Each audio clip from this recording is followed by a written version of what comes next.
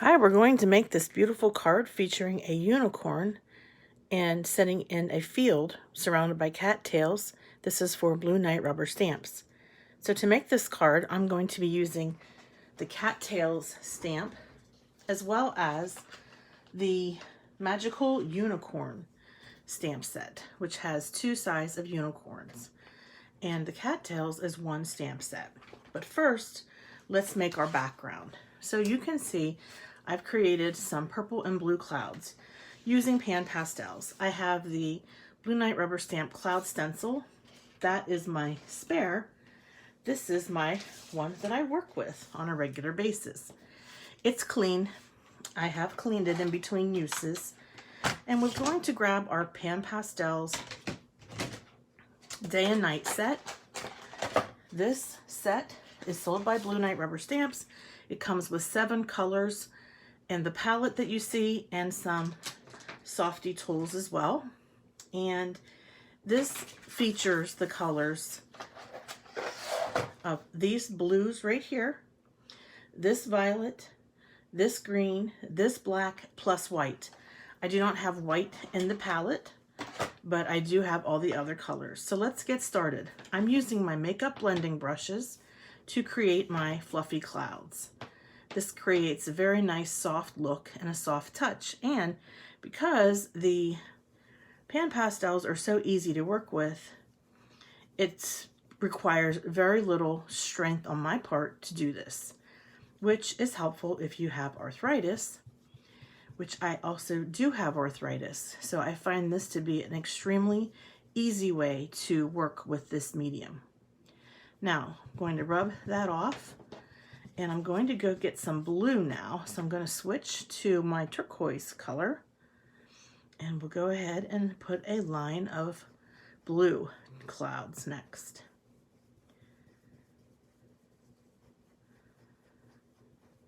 This is a very easy way to apply PanPastels. What are PanPastels? They're an artist quality pastel pigment. And they're in a pan. They are not oily. They are more fine and powdery, like a very expensive eyeshadow. They do not make that much dust. And they're easy to clean up, and they wash right off your hands. And I think they make the most fantastic backgrounds. Don't you agree? Just look how this is coming together with just a little bit of effort on my part. All right, I'm going to grab some more turquoise on my brush and go in with some turquoise. It's okay to leave a little bit of white space. You don't have to completely saturate your line of clouds. You can always blend at the end, which I will do when I'm ready. Let's shift this a little bit. So you see the purple, I did not even apply any of the violet. I had it left on my brush from the last time I used it. So you see these are very highly pigmented. A little tiny bit goes a very long way. Whoops. And if your card moves, that's okay. You can just line it right back up and then make sure you're holding down that card underneath with your hands or your fingers. And if that's a challenge for you, you can always use temporary tape and tape it down to your media mat while you use your stencil. I have used this stencil so many times that I got pretty good at just using my fingers to hold my card.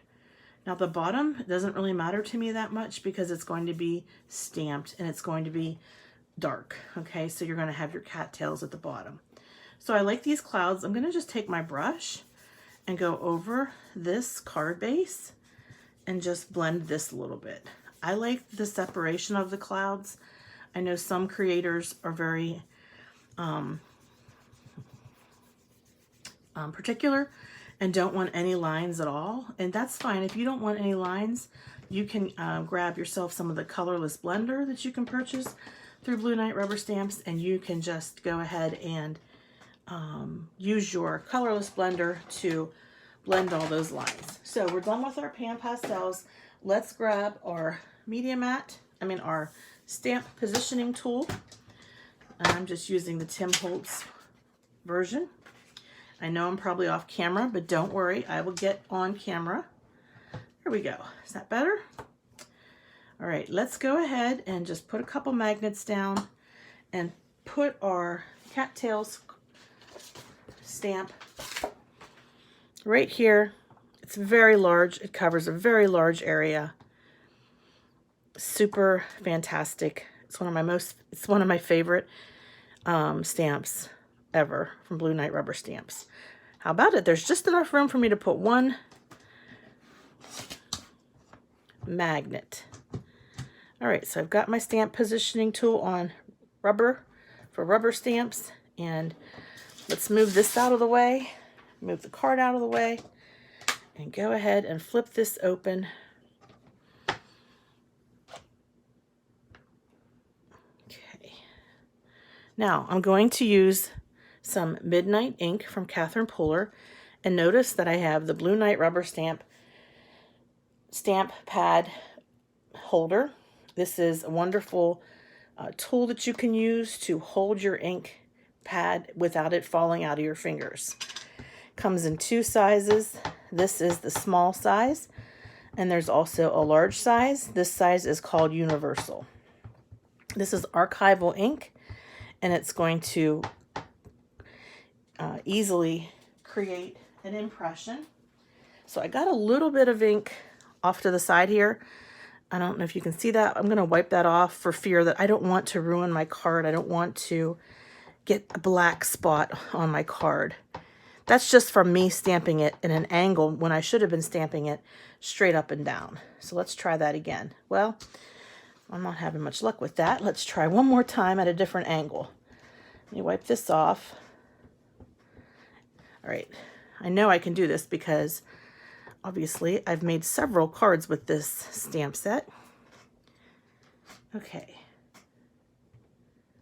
And if you check out my blog, which I'll have linked below, you can see the other card that I made using this Cattails stamp set from Blue Knight Rubber Stamps. All right, let's start with that and see where we land.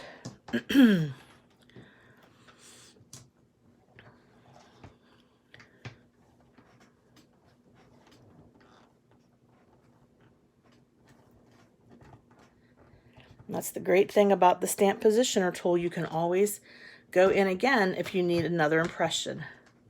And I believe that I do, because especially down at the bottom here, there's just a little bit that's missing. A little bit of white showing through. Okay, we'll go over that again. And it just looks like I didn't push hard enough in that one section. But once I do, it should be fine. Let's just go over these leaves one more time. That ought to do it. Okay, so let's just go ahead. My table is a little droopy in the middle. It's kind of a sagging table. It's a very old table that we bought from a church garage sale. So it's a long 8-foot table that you would see at a banquet hall. And it's kind of broken and sagging in the middle. Okay, that looks really good. I still feel like I need to get a little bit more down at the bottom here. Go over it one more time. And make sure I put my ink away so I don't get it all over the place. You can use VersaFine Clair Nocturne ink as well. You can use archival ink. I like this Catherine Pooler ink because it's so deeply pigmented and it cleans right off. It does not stain your stamp. So watch, I'll put a little bit of my stamp cleaner on my stamp. I'll go in with my microfiber towel, and that ink is coming right off. So voila, easy cleanup. Even though it is an archival ink, it does not stain your red rubber stamps. It will stain the photopolymer stamps. Ask me how I know. All right, so that's great. We've got our first, that's a beautiful scene right by itself. It's gorgeous. Now, we're going to add our small unicorn. And you don't see this card, you don't see this stamp used that frequently. However, I think it's fantastic and it's magical. it's the magical unicorn. And I'd like to put the unicorn right here, okay? So what I'm going to do, just to make sure, because the unicorn is white, all right? So if I stamp it just like that, then the purple and blue clouds are going to show through. And if that bothers you, if that doesn't bother you, you don't have to do this step. I want to erase some of the clouds from the card panel so that when I stamp my unicorn, it doesn't have clouds coming through its body, all right? So I know that I want to do it around this section right here. I'm going to have unicorn's feet down here in the black. This is going to be the horn, all right? So let's start here and just kind of go down. Now this is an electrical eraser, okay? And I will have a link below to where you can purchase this. And it makes easy work of erasing PanPastels. Now, if you don't have one of these types of erasers, don't fret. You can use a click eraser or just any white eraser. Okay, and so it's definitely one of the advantages to using the PanPastels, the fact that you do have the ability to go ahead and go back in and erase. And again, this is only so my unicorn doesn't have a cloudy body, and that my unicorn doesn't have a blue or purple body. Sorry for the reach, but I'll lay the card right here so you can get an idea of what I'm doing. I'm just kind of eyeballing this up. This does not have to be perfect by any means. And if I go too far and make them erased area too large, I can always go back in with a little bit more PanPastels and touch it up. I'm not worried about erasing too much, okay? I just want to make sure that I get enough so that my unicorn looks white and not having purple and blue clouds coming through, okay? So like I said, that's sort of the area of the horn. This is the body, and my eraser's getting kind of low. All right, so now let me pull a little bit of my eraser. It just has like this little nib in it, and you can pull it out and get more of the eraser, okay? It's a great tool for those who use PanPastels. It definitely has saved me from erasing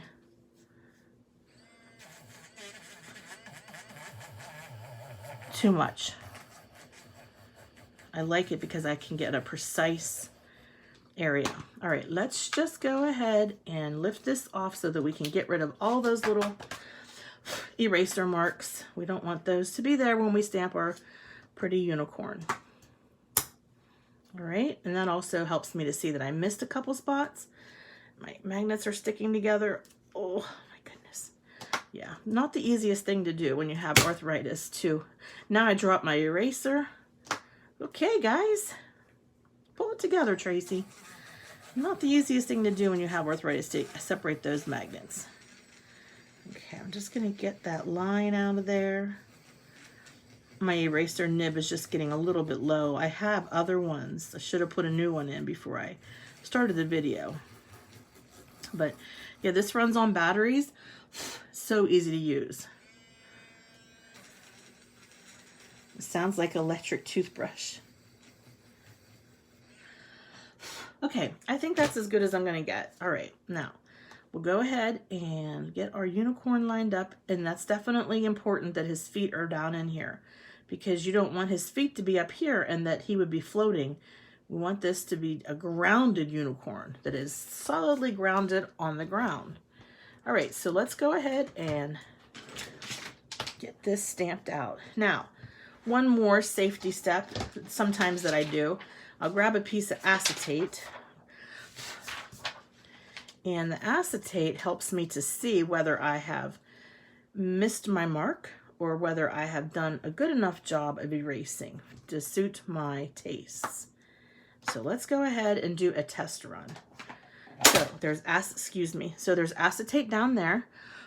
Okay, let's go ahead and just, we don't have to press real hard. We're just trying to get a gist of where this unicorn will land on this card base. I did a pretty good job, I think.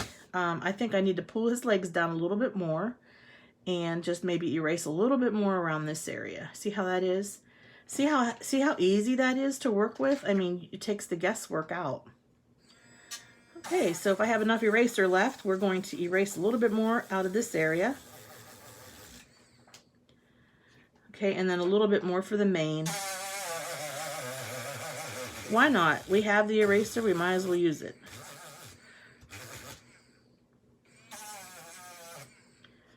Yes, that will do it. Oh, a little bit over here where the rump is. Uh-oh, my eraser's really getting low. I don't want to scratch my paper. Let me pull that out, see if I can get just enough to get this last little spot.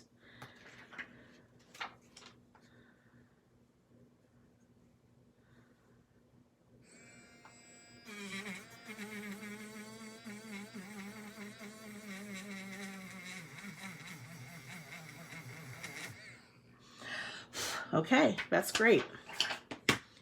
All right, good, good, good. All right, I'm happy with that. Okay, I got a little bit of ink in the wrong spot on my stamp again because I'm stamping at an angle instead of straight up and down. All right, let's do this. Let's put our unicorn on our card panel. And if we have to stamp more than one time, we will. Oh, that's right. I wanted to move it down just a little bit. That's right. I totally forgot, you guys. And I don't want him to be floating in the air. All right, so Mr. Unicorn, you're going to go down just a little bit lower. There you go. Okay.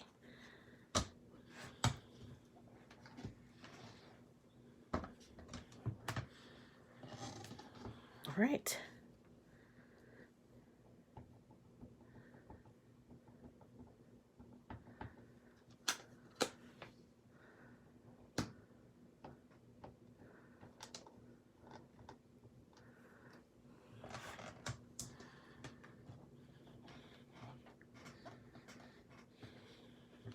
Ooh, look at that. Nice. That looks good, but we're going to stamp it one more time. Okay, one more time.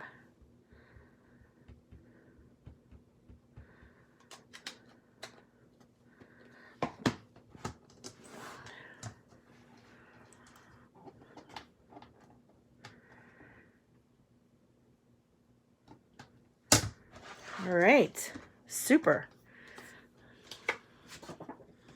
Give you a closer look at that. See how by just erasing that little area, I'm able to make sure that I have enough space so that his body is white and his face is white. All right, and we're just going to go ahead and color his horn.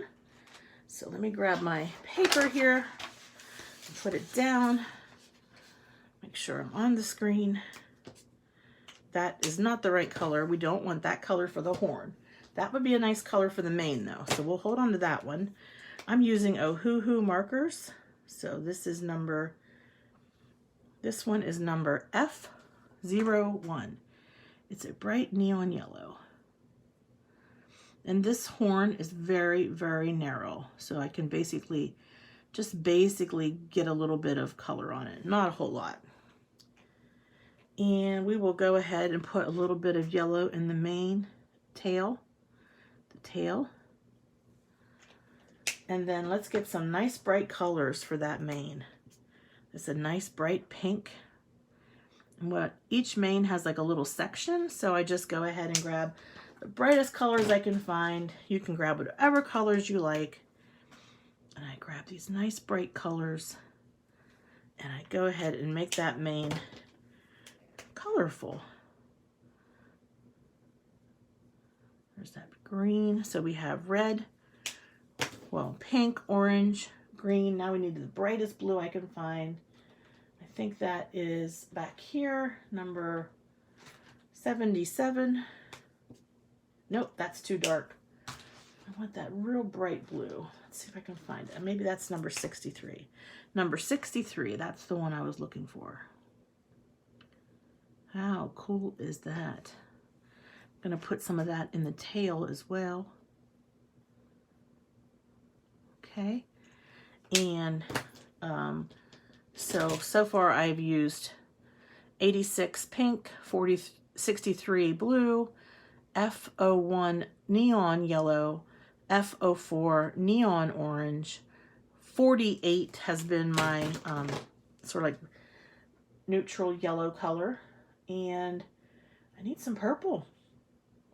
Definitely need purple. So number 82, put some number 82. All right, and a little bit in the tail. Number 82. And that's it. He's colored. His mane is colored.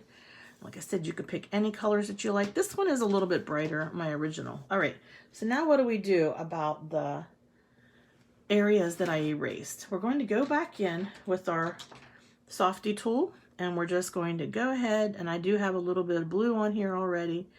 We will just go right in here, okay, and we'll just fill it in. Okay, we're just going to fill in that little area between his legs, behind his legs here. And this could be colored black as well, this little bit of grass underneath, but I'm going to leave it the way it is. I like it. Trying to not color his legs blue. And then around his body here, we will go ahead and blend some blue PanPastels that's left over from the last time I used this color. Oh, this is looking really nice. It's a nice little, I guess you can call it a touch-up. I guess whenever you get your pictures taken, sometimes you can ask for a touch-up. That's what we're doing. We're giving our unicorn a little touch-up. All right. Oh, that looks pretty good. I'm happy with that. See, that's why, you know, keeping the clouds wispy in the background is an advantage, you know, when you're doing this touch-ups part of it. So that's it. The card is pretty much done. All I have to do is mount it on a piece of card base. I have some black here, which I think it really stands out on the black. So I'm going to trim a little bit around the edges just to get off that extra paper, and then this card will be ready to go. Thank you so much for tuning in to my video. I hope you enjoyed this stamp set and these cards. I think they look fantastic. You could put a sentiment on the inside. Happy birthday, thinking of you. Have a great day. Have a magical day. Possibilities are endless. Thanks so much for watching my video, and don't forget to check the description box below for more details on how you can find my blog and find out more about how you can purchase these wonderful items through Blue Knight Rubber Stamps. Thanks everyone. Have a hopeful day. Bye-bye.